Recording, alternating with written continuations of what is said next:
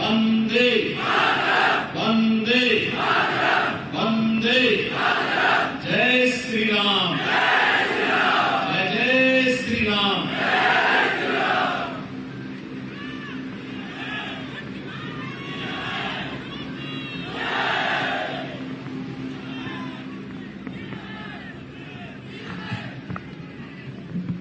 कोवे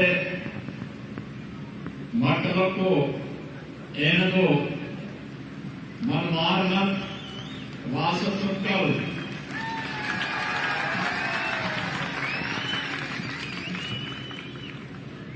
तमिलनाडु विधानसभा चुनाव में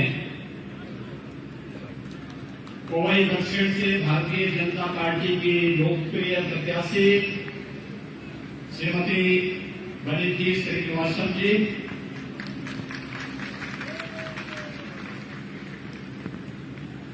माननीय मंत्री रूरल डेवलपमेंट और एआईएडीएमके के प्रत्याशी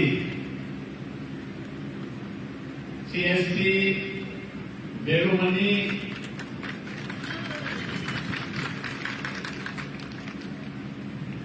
कोवई दक्षिण से निवर्तमान विधायक श्रीमान अम्मन अर्जुनन, पूर्व डिप्टी मेयर कोवई दक्षिण Shrimati Leelavathi, state vice president BJP Shri N Muruganandam, BJP district president Shriman Nand Kumar, पूर्व MLA Shri Siraj, district president Kovai TMC Shri Vasan, Bharatiya Janata party के सभी पदाधिकारीगण और भारी संख्या में श्रीमती वनिथी श्रीनिवासन के समर्थन में यहाँ पर उपस्थित कोयम्बटूर दक्षिण के मेरे उपस्थित भाइयों बहनों, मैं आप सबका हृदय से अभिनंदन करता हूं, स्वागत करता हूं। கோவை மக்களுக்கு என்னுடைய அன்பான வணக்கத்தை தெரிவித்துக் கொள்கின்றேன். இந்த கோவை மண்ணிலிருந்து பெருவாரியான வாக்கு வித்தியாசத்தில் வெற்றி பெறப் போகின்ற நம்முடைய வேட்பாளர் அன்பு சகோதரி வானதி ஸ்ரீனிவாசன் அவர்களே, அமைச்சர் திரு எஸ்பி வேலுமணி அவர்களே,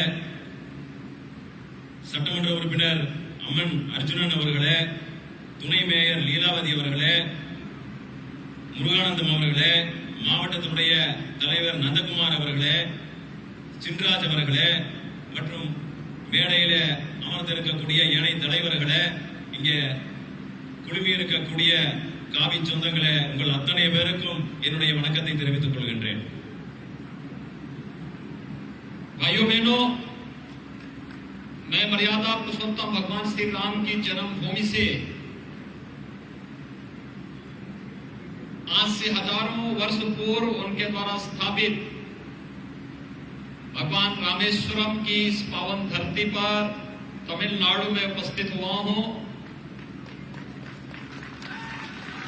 कोयम्बटूर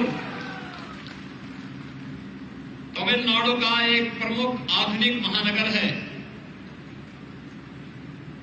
जहां के हस्तशिल्पियों ने इस सिटी को टेक्सटाइल सिटी के रूप में विकसित करते हुए देश और दुनिया के अंदर अपने हुनर की एक नई छाप छोड़ी है।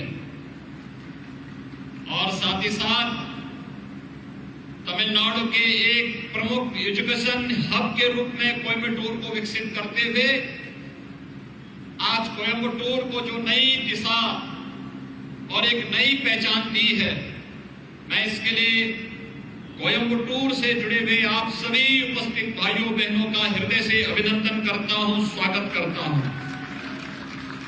சகோதரர்களே சகோதரிகளே, நான் உத்தரப்பிரதேச மாநிலத்தில் இருந்து வருகின்றேன். உங்கள் அத்தனை பேருக்கும் தெரியும், உத்தரப்பிரதேச மாநிலம் பகவான் ஸ்ரீ ராமருடைய புண்ணிய பூமி. ஆயிரக்கணக்கான ஆண்டுகளாக நாம் அத்தனை பேரும் பூஜிக்கப்பட்டிருக்கக்கூடிய அந்த புண்ணிய பூமியிலிருந்து நம்முடைய இந்த கொங்கு பகுதி கோவை மண்ணுக்கு நான் வருகை தந்திருக்கின்றேன். இந்த கோவை மண்ணை பொறுத்த வரைக்கும், இந்த புண்ணிய பூமியை பொறுத்த வரைக்கும் ஆயிரக்கணக்கான அற்புதமான கலைஞர்கள் எல்லாம் ஒன்று சேர்ந்து இந்த டெக்ஸ்டைல் சிட்டி என்ற இந்த சிட்டியை உருவாக்கி இருக்கின்றார்கள். அது மட்டுமல்ல, பல்வேறு நபர்கள் சேர்ந்து நம்முடைய இந்த கோவை நகரத்தை கல்வித்தரத்தில் உயர்த்த வேண்டும், மேம்படுத்த வேண்டும் என்று எண்ணற்ற நபர்கள், நல்ல இதயத்தை கொண்டவர்கள் இங்கே பாடுபட்டு இருக்கின்றார்கள். அவர்கள் அத்தனை பேருக்கும் இதயபூர்வமான வணக்கத்தையும் நன்றியையும் தெரிவித்துக் கொள்கின்றேன். भाइयों बहनों, मैं आपका अभिनंदन इस बात को लेकर के भी कर रहा हूं, तमिलनाडु की जनता का मैं आभार व्यक्त करने के लिए विशेष रूप से आया हूं कि तमिलनाडु की जनता ने अयोध्या में भगवान श्री राम के भव्य मंदिर निर्माण के लिए 120 करोड़ रुपए की राशि समर्पण निधि के माध्यम से उपलब्ध कराई है। मैं उत्तर प्रदेश और देश के 135 करोड़ जनता की ओर से तमिलनाडु की जनता का, जिन्होंने निधि समर्पण के इस अभियान के साथ जुड़ करके अयोध्या में भगवान राम के भव्य मंदिर निर्माण के लिए अपना सहयोग दिया है, इसके लिए आपका आभार व्यक्त करते हुए हृदय से आपका स्वागत और अभिनंदन करता हूं। நான் இந்த தமிழக புண்ணிய பூமிக்கு வந்திருப்பதற்கு இன்னொரு முக்கிய காரணமாக அதுவும் இருக்கின்றது.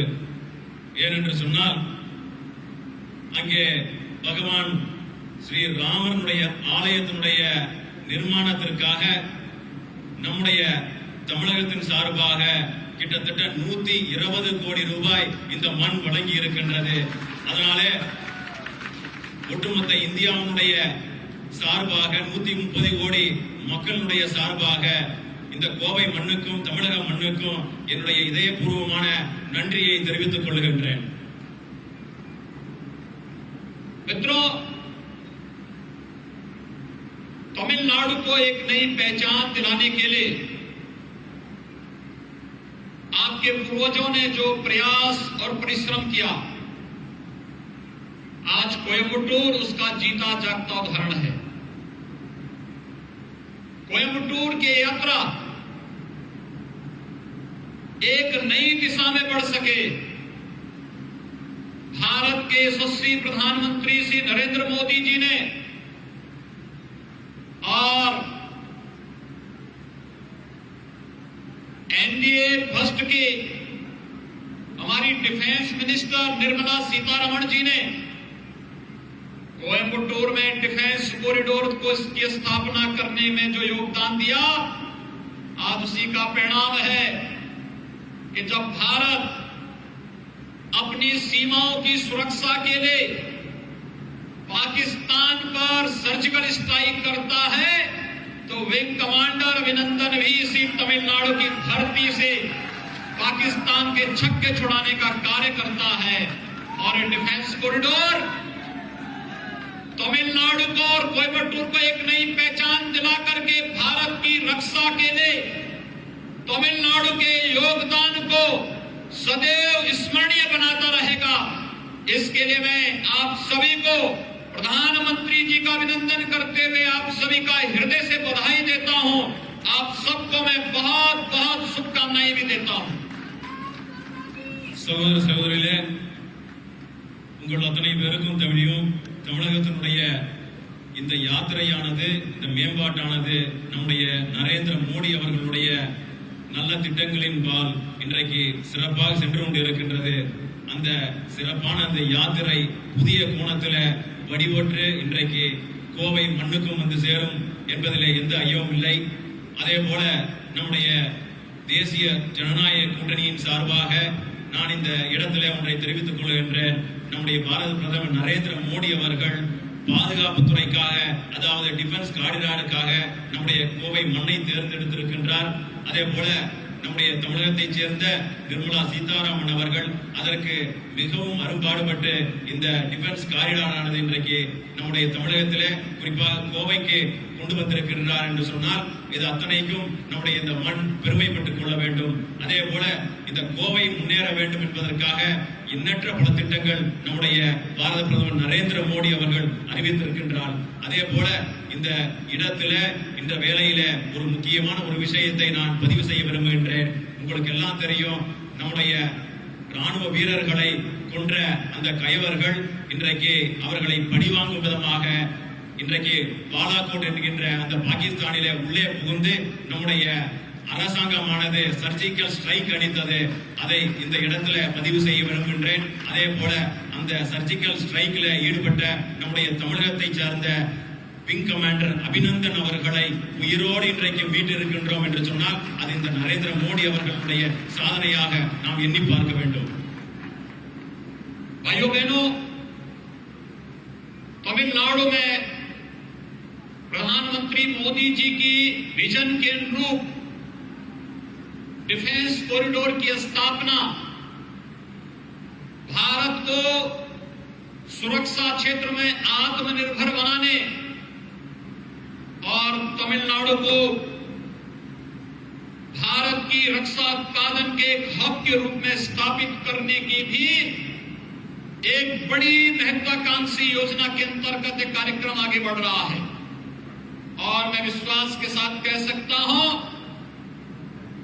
कि प्रधानमंत्री मोदी जी का ये विजन तमिलनाडु को एक नई पहचान तो दिलाएगा ही, यहां पर नौकरी और रोजगार की व्यापक संभावनाओं को लेकर के भी आगे बढ़ेगा, जिसके माध्यम से भारत की सुरक्षा की आत्मनिर्भरता के साथ साथ स्थानीय स्तर पर नौजवानों को नौकरी और रोजगार की व्यापक संभावनाओं को आगे बढ़ाने में मदद मिलेगी। சகோதரர்களே, இன்றைக்கு நம்முடைய தமிழகத்திற்கு மட்டுமல்ல, இன்றைக்கு கோவையிலே நான் ஏற்கனவே குறிப்பிட்டது போல டிஃபென்ஸ் காரிடார் ஆனது அமைக்கப்பட்டு இன்றைக்கு அமைந்திருக்கின்றது. அது நம்முடைய சுயசார்பு பாரதத்தை பறைசாற்றுகின்ற வகையில அது அமையும். அதே போல நான் மிக தெளிவாக இங்கே கூறிக்கொள்ள விரும்புகின்றேன். நம்முடைய நரேந்திர மோடி அவர்களுடைய பார்வை அத்தனையும் நம்முடைய தமிழகத்தின் பால் இங்கே திரும்பி இருக்கின்றது. இன்றைக்கு டிஃபென்ஸ் காரிடாரானது இங்கே அமைய பெற்றால் இங்கே தமிழகத்தில் இருக்கக்கூடிய எண்ணற்ற இளைஞர்களுக்கு மிகப்பெரிய அளவில் வேலை வாய்ப்பு பெருகும் என்பதிலே எந்த ஐயமும் இல்லை. भाइयों बहनों, देश के अंदर 5 राज्यों में वर्तमान में इलेक्शन चल रहे हैं। असेंबली कॉन्स्टिट्यूंसी के जो इलेक्शन वर्तमान में तमिलनाडु, केरल, पुडुचेरी, वेस्ट बंगाल और असम के अंदर चल रहे हैं। मुझे वेस्ट बंगाल और असम के अंदर कई रैलियों को संबोधित करने का अवसर प्राप्त हुआ। मुझे पिछले दिनों केरल के अंदर भी जाने का अवसर प्राप्त हुआ था।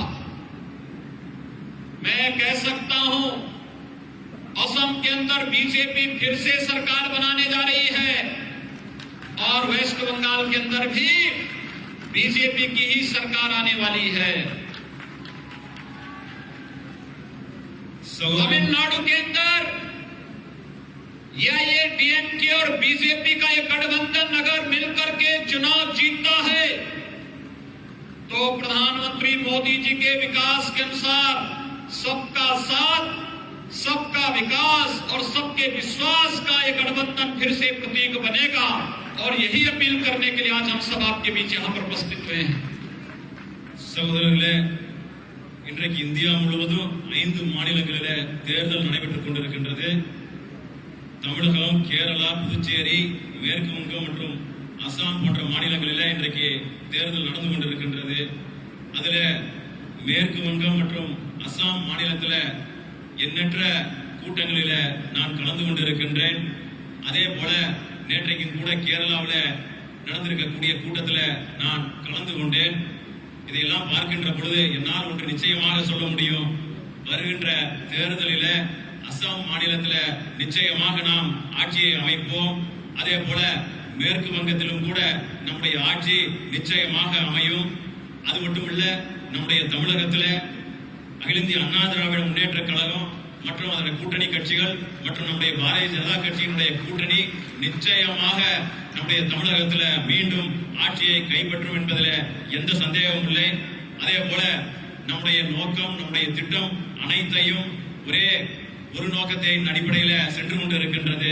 அது அனைவருடனும் சேர்ந்து அனைவருக்குமான வளர்ச்சி. இது ஒன்றே நம்முடைய தாரக மந்திரம். भाइयों बहनों, तमिलनाडु के अंदर एआईएडीएमके और बीजेपी का एक गठबंधन तमिलनाडु को विकास की एक नई पहचान के साथ आगे बढ़ाने का कार्य कर रहा है। हम सब जानते हैं, पिछले 6 वर्षों के दौरान प्रधानमंत्री मोदी जी के नेतृत्व में जितनी भी योजनाएं भारत के अंदर घोषित हुई हैं, इनमें लोक कल्याण का भाव रहा है। हमने हर नागरिक को आवास, उसके सिर को ढकने के लिए आवास की सुविधा उपलब्ध कराई। 6 वर्ष में 2.5 करोड़ लोगों को आवास की सुविधा उपलब्ध कराने का कार्य प्रधानमंत्री मोदी जी के नेतृत्व में भारत सरकार ने उपलब्ध कराया। एलपीजी के फ्री में कनेक्शन उपलब्ध करवाने का कार्य, 8 करोड़ लोगों को सुविधा उपलब्ध कराने का कार्य भी किया गया। सौभाग्य योजना के अंतर्गत निःशुल्क विद्युत कनेक्शन उपलब्ध करवाने का कार्य हो, या स्वच्छ भारत मिशन के अंतर्गत अकेले तमिलनाडु के अंदर 54 लाख शौचालय, टॉयलेट बनाने का काम भी अगर किसी ने किया है तो वह केंद्र की मोदी सरकार और एआईएडीएमके की सरकार ने तमिलनाडु के अंदर किया है। भाइयों बहनों, लोक कल्याण का एक कार्य यहीं पर नहीं रुकता है। प्रधानमंत्री किसान सम्मान निधि के अंतर्गत हर किसान को प्रतिवर्ष 6,000 रुपए, 6,000 रुपीज पर ईयर उन्हें उपलब्ध कराने का कार्य हो, या फिर इंफ्रास्ट्रक्चर डेवलपमेंट के लिए metro, railway, highway, IIT, IIM, ये सभी कार्य युद्ध स्तर पर पूरे देश के अंदर बिना भेदभाव के नरेंद्र मोदी जी के नेतृत्व की सरकार देश के अंदर लागू कर रही है।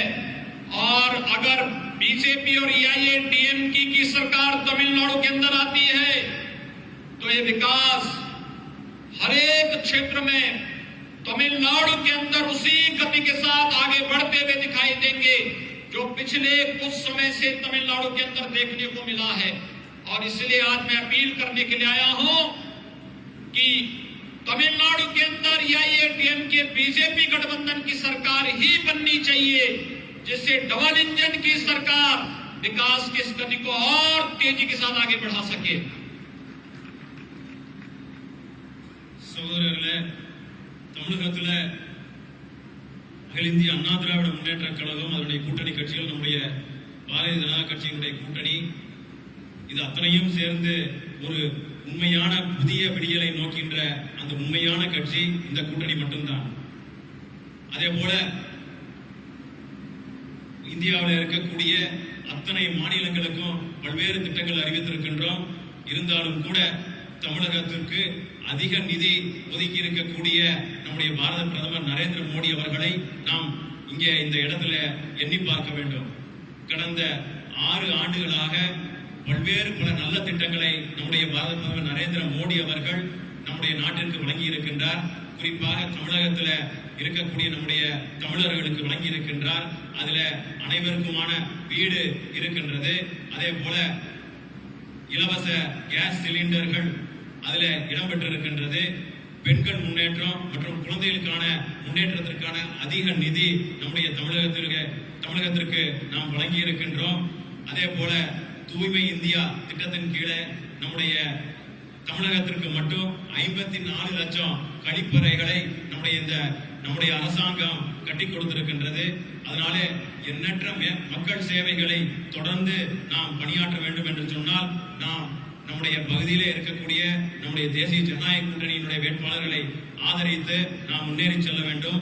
அதுபோல ஒரு முக்கியமான விஷயத்தை இங்கே பதிவு செய்ய விரும்புகின்றேன்.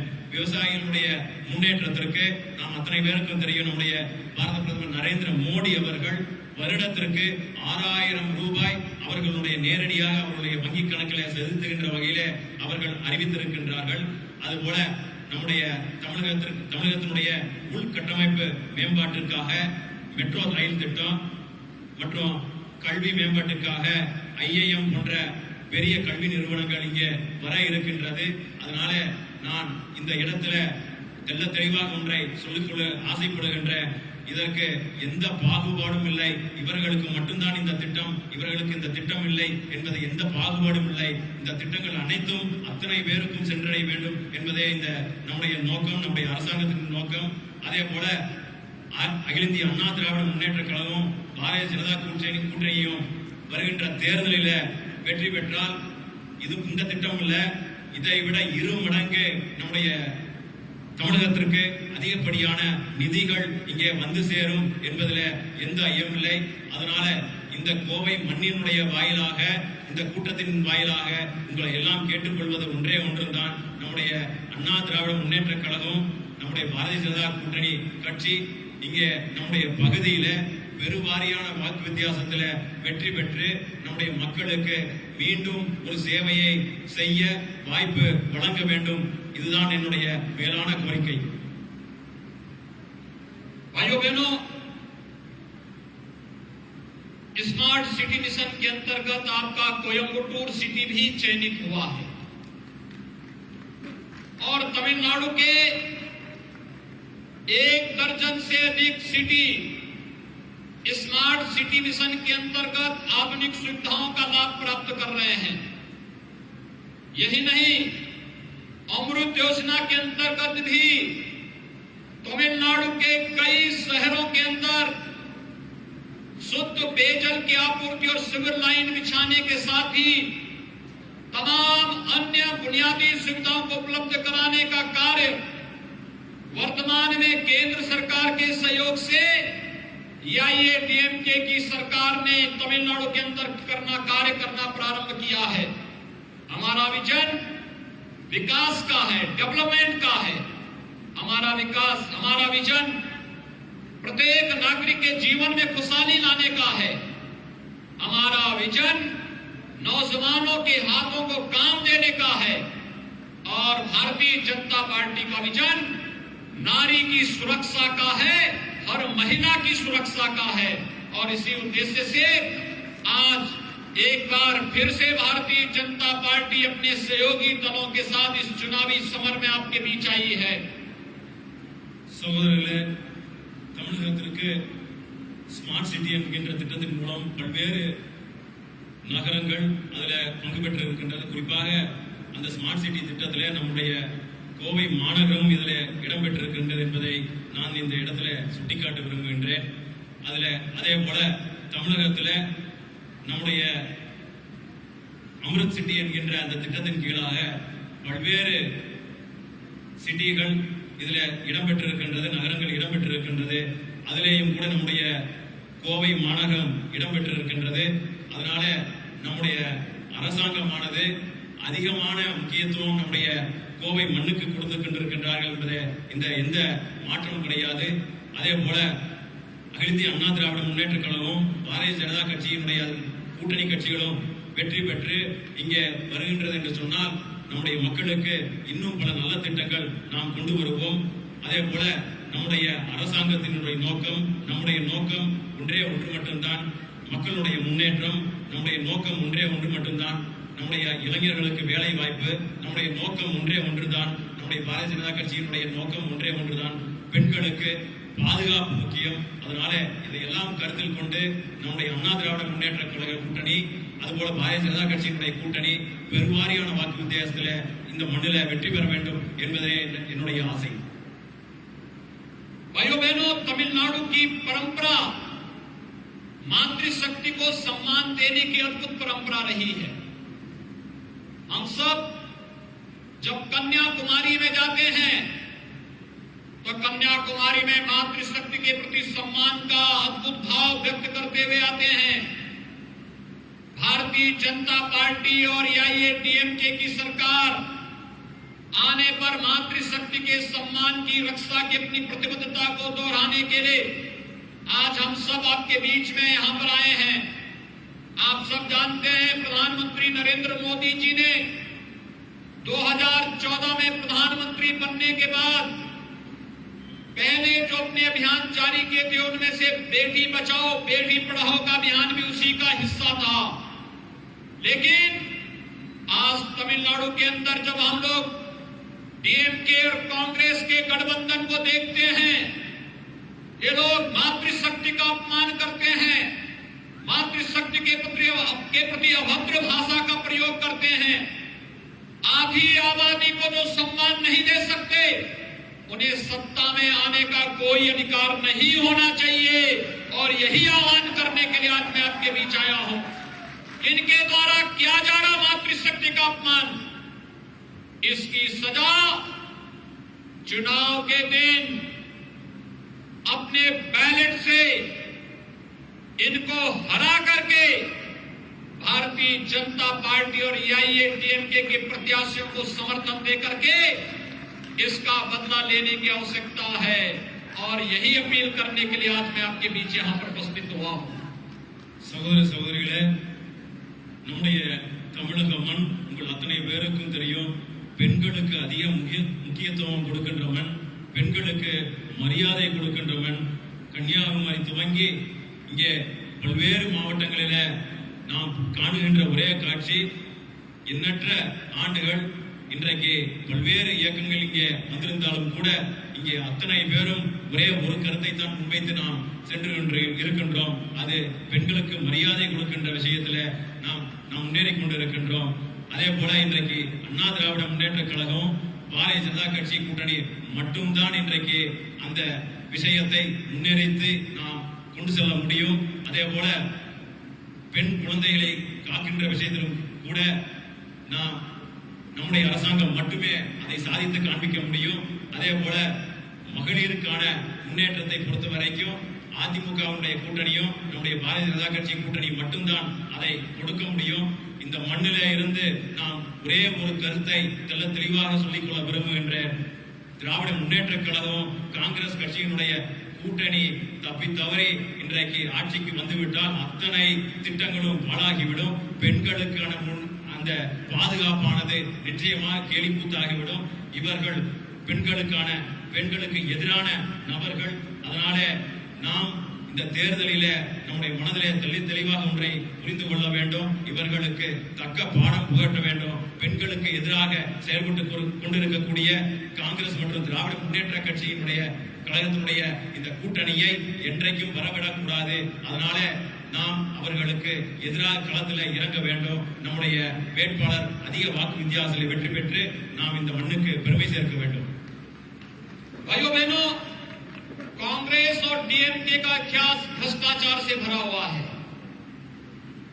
इन्हें जब भी सत्ता में रहने का अवसर मिला, इन्होंने न जनता के कल्याण का कार्य किया, न देश की सुरक्षा की व्यवस्था की और न ही इंफ्रास्ट्रक्चर डेवलपमेंट पर ही ध्यान दिया।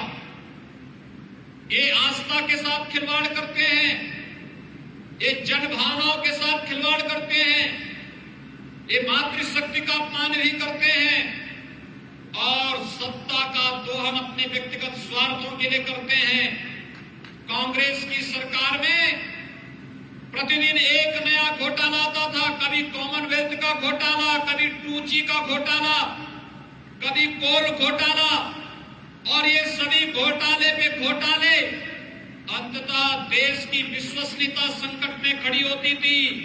और यही कार्य तमिलनाडु के अंदर जब डीएमके की सरकार आई थी, डीएमके ने भी यही कार्य तमिलनाडु के अंदर किया था। आज मैं आप सबका आह्वान करना चाहूंगा कि ये लोग जिन्होंने सत्ता में रह करके भ्रष्टाचार को ही बढ़ावा दिया, कांग्रेस और डीएमके जैसे दलों को फिर से सत्ता में आने का कोई भी अवसर हमें नहीं देना है। और इसीलिए भारतीय जनता पार्टी और ये डीएमके तमिलनाडु के विकास को ध्यान में रख करके एक उस विजन को जो प्रधानमंत्री मोदी जी का है, उस विजन को आगे बढ़ाने के लिए आज एक बार फिर से तमिलनाडु में मिलकर के चुनाव लड़ रहे हैं। आप सबसे अपील है, भारतीय जनता पार्टी और एआईएडीएमके के और अपने सहयोगी दलों के प्रत्याशियों को भारी बहुमत से विजयी बनाने में अपना योगदान दें। நண்பர்களே, திராவிட முன்னேற்ற கழகம் காங்கிரஸ் கூட்டணி ஊழல் கூட்டணி. அவர்கள் பாதுகாப்பு பற்றி என்றைக்குமே கவலைப்பட்டது கிடையாது. நம்முடைய தமிழகத்தில் குறிப்பா கோவையினுடைய உள்கட்டமைப்பு வசதிகளை பற்றி என்றைக்குமே கவலைப்பட்டது கிடையாது. பெண்களுடைய பாதுகாப்பு பற்றி என்றைக்குமே கவலைப்பட்டது கிடையாது. குழந்தைகளுடைய பாதுகாப்பை பற்றி என்றைக்குமே கவலைப்பட்டது கிடையாது. ஜனநாயகத்தை பற்றி அவர்களுக்கு என்றைக்குமே கவலை கிடையாது. அதனால தொடர்ந்து ஊழல் செய்வது மட்டும்தான் அவருடைய நோக்கம். இதற்கு எண்ணற்ற உதாரணங்களை நான் சொல்ல முடியும். காமன்வெல்த் விளையாட்டில ஊழல், 2Gயில மிகப்பெரிய ஊழல், நிலக்கரியில ஊழல் என ஊழலில திளைத்தவர்கள் தான் திராவிட முன்னேற்ற கழகம் காங்கிரஸ் கூட்டணி. அதனால இந்த கோவை மண்ணிலிருந்து உங்கள் அத்தனை பேருக்கும் நான் வேண்டி விரும்பி கேட்டுக்கொள்வதெல்லாம், இந்த ஊழல் கூட்டணியானது என்றைக்குமே ஆட்சிக்கு வரக்கூடாது. அவர்களுக்கு ஒரே ஒரு நோக்கம் மட்டும்தான், ஊழல் செய்வது மட்டும்தான் நோக்கம். அதனால அண்ணா திராவிட முன்னேற்ற கழகம் மற்றும் பாரதிய ஜனதா கட்சியினுடைய கூட்டணி மட்டும்தான் மோடியினுடைய களத்தை வலுப்படுத்தும். அதே போல நரேந்திர மோடி அவர்களுடைய நோக்கம் நிறைவேற வேண்டும் என்று சொன்னால் நம்முடைய கூட்டணி கட்சியினுடைய வேட்பாளர்கள், தேசிய ஜனநாயக கூட்டணி கட்சியினுடைய வேட்பாளர்கள் பெருவாரியான வாக்கு வித்தியாசத்தில் ஜெயிக்க வேண்டும். நம்முடைய மண்ணினுடைய இந்த மைந்தர் நம்முடைய அக்கா அவர்கள் பெருவாரியான வாக்கு வித்தியாசத்தில் இங்கே வெற்றி பெற வேண்டும் என்று உங்களை எல்லாம் கேட்டு விரும்பி கேட்டுக்கொள்கிறேன். मित्रों, पिछले एक वर्ष से पूरा देश और पूरी दुनिया कोरोना महामारी से जूझ रही है। कोरोना प्रबंधन में प्रधानमंत्री मोदी जी के नेतृत्व में भारत ने दुनिया के सामने जो मिसाल प्रस्तुत की है वो अद्भुत है। और उसमें तमिलनाडु की जनता ने जो योगदान किया है, मैं इसके लिए आपका सबका अभिनंदन करता हूं। भाइयों बहनों, कोविड-19 के दौरान प्रधानमंत्री मोदी जी ने गरीब कल्याण पैकेज के अंतर्गत हर गरीब को राशन उपलब्ध कराने का काम किया। आत्मनिर्भर भारत के अंतर्गत एमएसएमई यूनिट को अतिरिक्त सहयोग देने का काम किया। जनधन अकाउंट धारी महिलाओं के खातों में वृद्धावस्था पेंशन, दिव्यांगजन पेंशन और निराश्रित महिला पेंशन धारकों को भी अतिरिक्त राशि दी गई। प्रधानमंत्री किसान सम्मान निधि पाने वाले किसानों को भी अतिरिक्त धनराशि उपलब्ध कराई गई। प्रधानमंत्री मोदी जी के नेतृत्व में कोविड प्रबंधन का जो अद्भुत कार्य हुआ है, आज वह दुनिया उसे कौतूहल और आश्चर्य की निगाहों से देख रही है।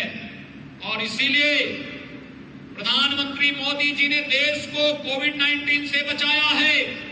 2 स्वदेशी वैक्सीन देश के अंदर लॉन्च करवाई है।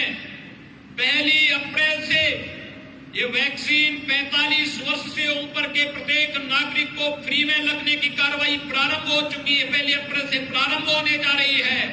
और भाइयों बहनों, यह कार्य भारत अकेले दुनिया के अंदर पहला देश है जो इतने बड़े पैमाने पर इस कार्य को आगे बढ़ा रहा है। इसलिए मेरी आप सबसे अपील है कि प्रधानमंत्री मोदी जी के विजन को आगे बढ़ाने के लिए तमिलनाडु के अंदर भी भारतीय जनता पार्टी से समर्थित या ये डीएमके की सरकार तमिलनाडु के अंदर आनी चाहिए, और ये तभी हो पाएगा जब कोवाई साउथ से श्रीमती वनिति श्रीनिवासन भारतीय जनता पार्टी के प्रत्याशी के रूप में विजयी बनकर के यहां से जाएगी। और यही अपील करने के लिए आज हम सब आपके बीच में आए हैं।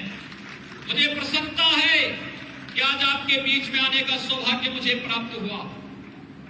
मैं पिछले दिनों जब सबरीमाला का विवाद खड़ा हुआ था, उस समय मुझे कोयंबटूर से सबरीमाला जाने का अवसर प्राप्त हुआ था, और उस समय कोयंबटूर एयरपोर्ट पर बीजेपी के कुछ कार्यकर्ताओं के साथ मेरी मुलाकात हुई थी, और मैं सोचता था कि कोयंबटूर में मैं कैसे कोयंबटूर के कार्यकर्ताओं के साथ कैसे संवाद होगा। मैं यहाँ के कार्यकर्ताओं को धन्यवाद दूंगा जिन्होंने आज मुझे आप सबसे मिलने का और अपनी बात कहने का अवसर दिया है। मैं आप सबका हृदय से अभिनंदन करता हूं कि आपने तमिलनाडु के अंदर कोयंबटूर को एक नई पहचान दिलाई है, और आप कोवाई साउथ से श्रीमती वनिति श्रीनिवासन को भी भारी बहुमत से विजयी बनाने की अपील करने के लिए आपके बीच में विशेष रूप से आया हूं।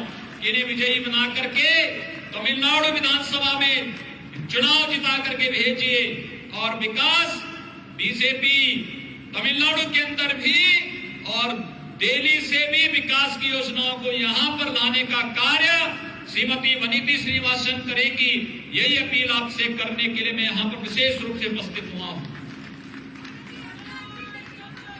சகோதர சகோதரிகளே, நாம் அத்தனை பேருக்கும் தெரியும், கடந்த ஒரு ஆண்டு காலமாக கொரோனா காலகட்டத்தில் மிக இக்கட்டான ஒரு காலமாக நம்முடைய நாடு சென்று கொண்டிருந்தது. அப்பேற்பட்ட காலகட்டத்தில் உலகம் முழுவதும் இன்றைக்கு மிகுந்த சிரமப்பட்டு தங்களுடைய நாடுகளை நடத்தி கொண்டிருந்தார்கள். ஆனால் நம்முடைய இந்தியாவை பொறுத்த வரைக்கும் நம்முடைய நரேந்திர மோடி அவர்களுடைய நல்ல திட்டங்களின் காரணமாக இன்றைக்கு கொரோனா இன்றைக்கு முறியடிக்கப்பட்டு இன்றைக்கு கொரோனாவுடைய நோய் தொற்று வெகுவாக குறைந்திருக்கின்றது. அந்த கொரோனா காலகட்டத்தில் நான் இந்த விஷயத்தை இந்த இடத்துல சொல்லிக்கொள்ள நிச்சயமாக ஆசைப்படுகின்றேன். அந்த கொரோனா காலகட்டத்தில் இந்தியாவிற்கு ஒரு மாநிலம் அதிக பங்களிப்பு கொடுத்திருந்தது என்று சொன்னால் அது தமிழகம். அதனால தமிழகத்தினுடைய மக்களுக்கு என்னுடைய நன்றியை தெரிவித்துக் கொள்கின்றேன். அதே போல அந்த கொரோனா காலகட்டத்தில் நம்முடைய அரசாங்கம், நரேந்திர மோடி அவர்களுடைய அரசாங்கம் ஏழை எளிய மக்களுக்கு பல்வேறு விதத்தில் உதவி இருக்கின்றார்கள். உணவு தானியங்களை வழங்கி இருக்கின்றார்கள். அதே போல சிறு குறு மற்றும் மீடியம் ஸ்கேல் இண்டஸ்ட்ரீஸ் போன்ற பல நிறுவனங்களுக்கு கடன் அட்டை வழங்கி அவர்களுக்கு மேம்படுத்தி இருக்கின்றார்கள். அதே போல பெண்களுடைய வங்கிக் கணக்கு துவங்குகின்ற அந்த விஷயத்திலும் கூட அதிகப்படியான பங்களிப்பு நம்முடைய தமிழகத்தில் பார்க்க முடிந்தது. குறிப்பாக விவசாயிகள் கஷ்டப்படுகின்ற விவசாயிகளுக்கு பல்வேறு விவசாயிகளுக்கு கடன் நாம் வழங்கி இருக்கின்றோம். அதே போல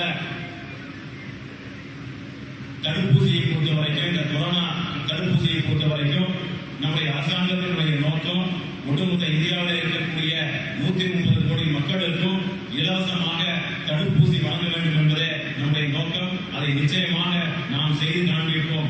அதே போல இந்தியாவை பொறுத்த வரைக்கும் இன்றைக்கு கொரோனாவுடைய இந்த தொற்றை வெகு அற்புதமாக கையாண்டு நாம் இதிலிருந்து மீண்டு வந்திருக்கின்றோம். அதனால நம்முடைய நரேந்திர மோடி அவர்களுடைய நோக்கம் நம்முடைய தமிழகத்தை பொறுத்த வரைக்கும் இந்த பல்வேறு நல்ல திட்டங்களை நாம் கொண்டு செல்ல வேண்டும். அப்படி கொண்டு செல்ல வேண்டும் என்று சொன்னால் அதற்கு அண்ணா திராவிட முன்னேற்ற கழகம், பாரதிய ஜனதா கூட்டணி மட்டும்தான் முடியும். அதனால நம்முடைய பகுதி மட்டும் கிடையாது, நம்முடைய தேசிய ஜனநாயக கூட்டணியை சேர்ந்த அத்தனை உறுப்பினர்களும் வெற்றி பெற்று நம்முடைய தமிழகத்தில் வெற்றி பெற வேண்டும். குறிப்பாக நம்முடைய கோவை தெற்கு தொகுதியினுடைய வேட்பாளர் வானதி ஸ்ரீனிவாசன் அவர்கள் தமிழகத்தில் இருக்கக்கூடிய அத்தனை தொகுதிகளிலும் கூட அதை ஒப்பிட்டு பார்த்தோம் என்று சொன்னால் நம்முடைய வானதி ஸ்ரீனிவாசன் அவர்கள் அதிக வாக்கு வித்தியாசத்தில் வெற்றி பெற வேண்டும் என்பதுதான் என்னுடைய விருப்பம். இந்த இந்த நேரத்தில் என்னுடைய பழைய ஞாபகம் ஒன்று இங்கே நான் பதிவு செய்ய விரும்புகின்றேன். கடந்த சில ஆண்டுகளுக்கு முன்னால் நான் கேரளாவில் இருக்கக்கூடிய சபரிமலை செல்வதற்காக நான் கோவை வாயிலாக வந்தேன். அப்பொழுது சில நிமிடங்கள் இங்கே கோவை மண்ணில ஏர்போர்ட்ல இங்கே தங்கியிருந்தேன். அப்பொழுது இங்கே கோவையினுடைய நம்முடைய காரியர்கள் என்னுடன் வந்து பேசினார்கள். அவர்கள் பேசுகின்ற பொழுது எனக்கு மிகுந்த மகிழ்ச்சியை அடைந்தது. அதற்கு பிறகு இன்றைக்கு 2வது முறையாக நம்முடைய வானதி சீனிவாசன் அவர்கள் வெற்றி பெறுவதற்காக நான் இங்கே கோவை மண்ணுக்கு வருகின்றேன். அதனால் எனக்கு நிச்சயமாக நம்பிக்கை இருக்கின்றது. நம்முடைய வானதி சீனிவாசன் அவர்கள் இந்த கோவை தெற்கு மண்ணிலிருந்து பெருவாரியான வாக்கு வித்தியாசத்தில் நிச்சயமாக வெற்றி பெற்று சட்டமன்றத்தில் அமர்வார்கள் என்பதில் எந்த ஐயமும் இல்லை. அதே போல நம்முடைய கோவை மண்ணிற்கு முன்னேற்றம் வேண்டும் என்று சொன்னால் நாம் வானதி சீனிவாசன் அவர்களை பெருவாரியான வாக்கு வித்தியாசத்தில் வெற்றி பெற செய்ய வேண்டும். ஏனென்று சொன்னால் தில்லியிலே இருக்கக்கூடிய பல்வேறு நல்ல திட்டங்கள், பல்வேறு நிதிகள் அவர்களின் வாயிலாக நம்முடைய கோவை மண்ணுக்கு வந்து சேரும் என்பதில் நிச்சயமாக நான் உறுதியாக இங்கே சொல்ல முடியும். मित्रों, श्रीमती वनाथी श्रीनिवासन बीजेपी की प्रत्याशी और श्री